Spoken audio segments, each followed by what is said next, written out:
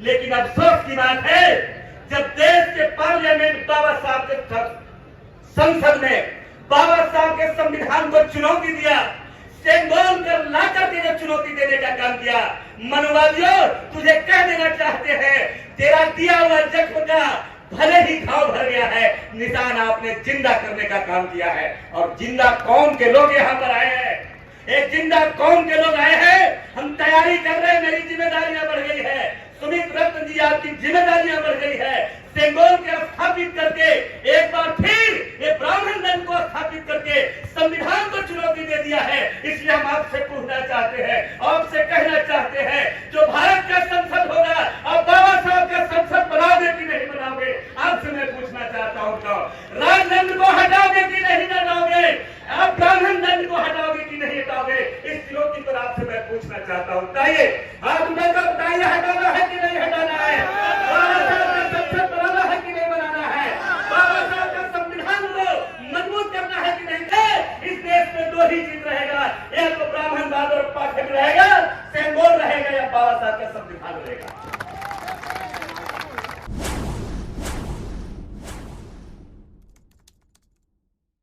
मुलाकात कर लेता है, कोई बातों बातों में साथ कर लेता है, बड़ा जवाब देता होता है मुश्किल जब कोई खामोश होकर सवाल कर लेता है। मित्रों, आज हम जवाहरलाल भंते जी के साथ बाबा साहब के 22 प्रतिज्ञा के समर्थन में मान्यवर कांसी राम स्टेडियम में आंदोलन चला रहे थे।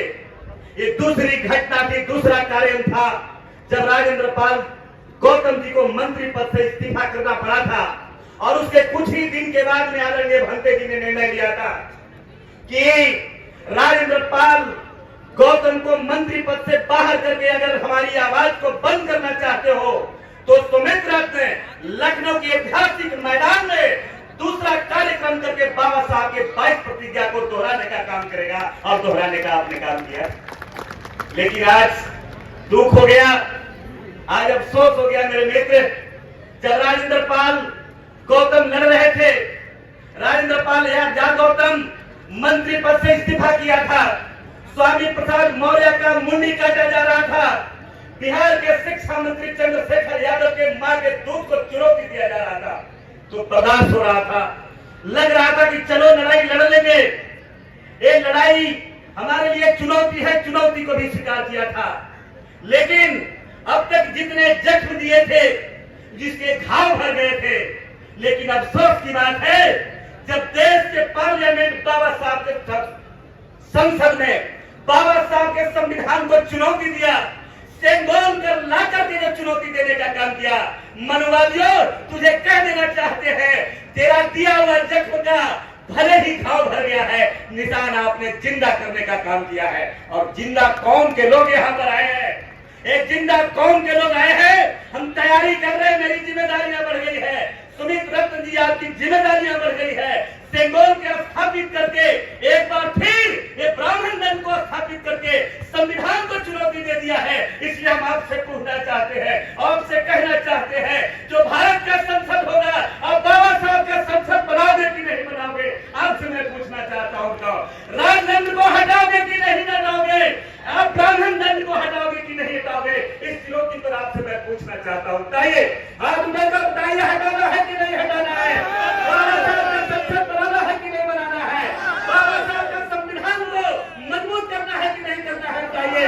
अगर मजबूती से इसी तरह से आंदोलन चलाते रहे, बनारस की तैयारी चल रही है, भंते जी बनारस से लेकर के 12-15 जनपदों में इसी तरह से तैयारी कर रहे हैं। तैयारी करते करते यहाँ से जाएंगे दिल्ली में, आइए तैयारी करें ओम प्रकाश मौर्य जी दिल्ली में बैठ करके, और दिल्ली से लेकर के महाराष्ट्र तक भीमराव जी के नेतृत्व में तैयारी कर रहे हैं। ज्योतिराव फूले के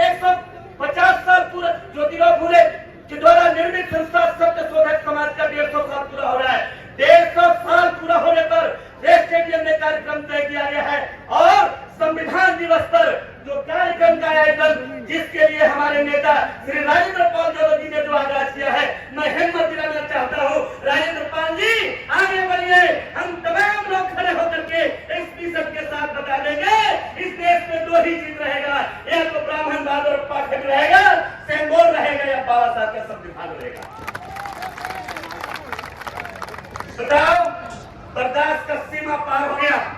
बर्दाश्त की सीमा तब पार हो गया जब आप जो करते थे, आप कहते थे कि हम सबका साथ करने आए हैं।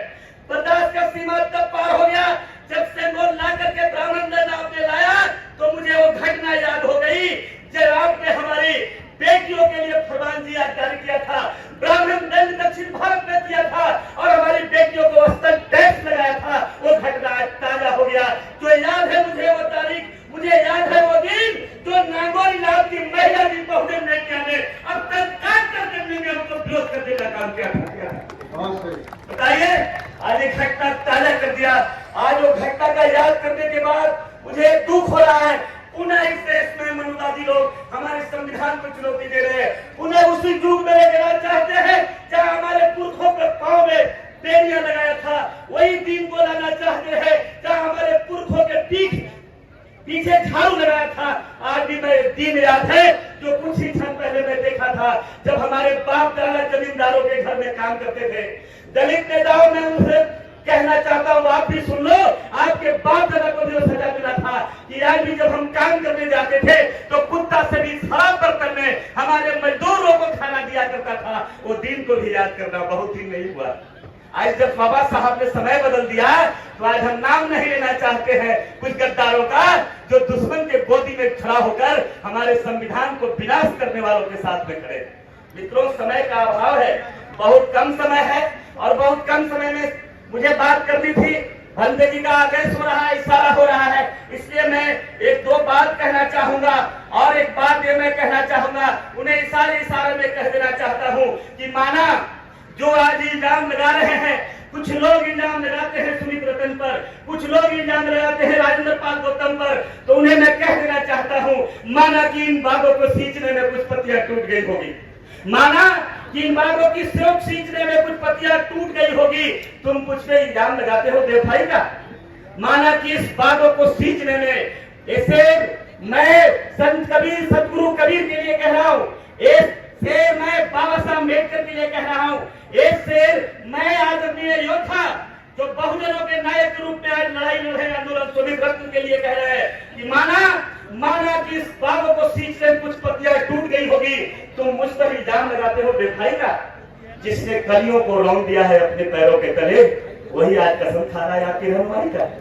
कितनी अफसोस की बात है। तुम मुझे किससे लड़ाना चाहता है?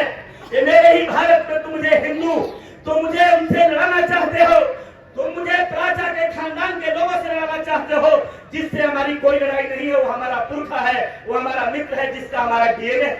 क्या इस देश के अभियान में आज वही तारीख ताजा हुआ जब सावरकर की जन्मदिन पर भारत का संसद का ओपनिंग होगा, तो ताजा हो गया वो दर्द, निशान सामने आ गए। माना मैं आज भी ये बात कह रहा हूँ, एक शेर के रूप में कह रहा हूँ, क्या इस देश के अभियान में क्या मेरा दान नहीं था? आज भी क्या इस देश में मेरा शान नहीं था? अब्दुल हमीद देश का क्या शान नहीं था? अशफाक का बलिदान क्या बलिदान नहीं था? मुझे कुछ भी कहना पर गद्दार न कहना, गांधी को जिसने मारा वो सम्मान नहीं था। बताओ मेरे दोस्तों, मराओ मेरे साथियों, क्या हमारा दुश्मन है प्राचा? क्या दुश्मन है भारत का हमारा मुसलमान? जिसने कलियों को रौंदा है वही आपकी रहनुमाई का कसम खा रहा है। समय अभाव है और मैं प्रतिज्ञा ले रहा हूं आपके बीच में, मैं एक चीज के लिए विश्वास दिला रहा हूं, मेरी जीवन की कहानी को पता कर लेना, मैं तो चुनाव लड़ने वाला नेता नहीं हूं, लेकिन मैं इतना जरूर मैं कह रहा हूं, इस अभियान को चलाओ। इस अभियान में अगर लड़के ना खून देने की तो सब कोई बात करते हैं, लेकिन आज भी कहता हूं कायर और गद्दारों के लिए नहीं, लेकिन कोई बहुजन आंदोलन का नायक अगर तेरी कैटेगरी खराब हो जाएगी, दोनों के लिए लेने की मिशन को आगे बढ़ाना मैं देने के लिए तैयार हूं, ऐलान करता हूं। कर लो, हस्ताक्षर करा लो जहां कराना है वहां, लेकिन इस मिशन को बढ़ाओ। इस मिशन को नहीं बढ़ाओ तो आप गद्दारों के लिस्ट में आपका नाम जाएगा। ये मिशन आगे नहीं बढ़ाया अपने जीवन काल में भारत को, अगर बाबा साहब के संविधान का देश नहीं बनाया तो कायर और गद्दार तेरा बेटा कहेगा। ये कलंक हटाना है कि नहीं हटाना बताओ? हटाना है कि नहीं हटाना बताओ? तो आप तैयारी करो दिल्ली का। अरे क्या है, झांकी है दिल्ली, क्या है? अगर आज भी मैं कहता हूं दिल्ली में जाकर सूसू कर दोगे रामलीला मैदान में, जिसमें सारे लोग डूब के मर जाएंगे। जिस दिन भागीदारी होगी उस दिन अपना संसद होगा, बाबा साहब का संसद होगा, जहां हम फैसला कर लेंगे। और बेटा एक बात कह के जा रहा है, जिस दिन हमारी संसद आएगी, तेरे पाप की कहानी का इतनी बड़ी किताब है, एक एक अक्षर निकाल कर तेरी माँ की छठी का दूध याद कराओगे कि नहीं कराओगे? बोलो बताओ।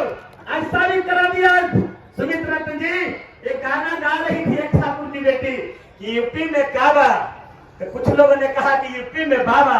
अब बाबा की ये नगरी, बुद्ध का ये नगरी, ये जो बाबा है ये कौन वंश के है पता लगा लीजिए, आपके वंशज है जो गोरखनाथ के मंदिर पर कब्जा करके बैठे हैं। वो गोरखनाथ में बाबा नहीं, गोरखनाथ में बाबा सुमित बाबा, सुमित बाबा का चल रहा है, देख लीजिए। और बड़े षड्यंत्र हुआ, बड़े साजिश की गई इस कार्यक्रम को रोक दिया जाए। लेकिन मैं धन्यवाद देता हूं आपकी जिगर जैसे सीने का, मैं बधाई देता हूं जो आपकी हिम्मत है, आपकी चट्टानी ताकत है आपके अंदर, मैं धन्यवाद देता हूं सुमित जी। आप जैसा 100 बेटा का भारत में पैदा कर देता तो बहुत कम दिन में इस भारत को हम पैदा कर लेते। आप बताओ इसमें से अपने बेटा को सुमित बनाओगे कि नहीं बनाओगे?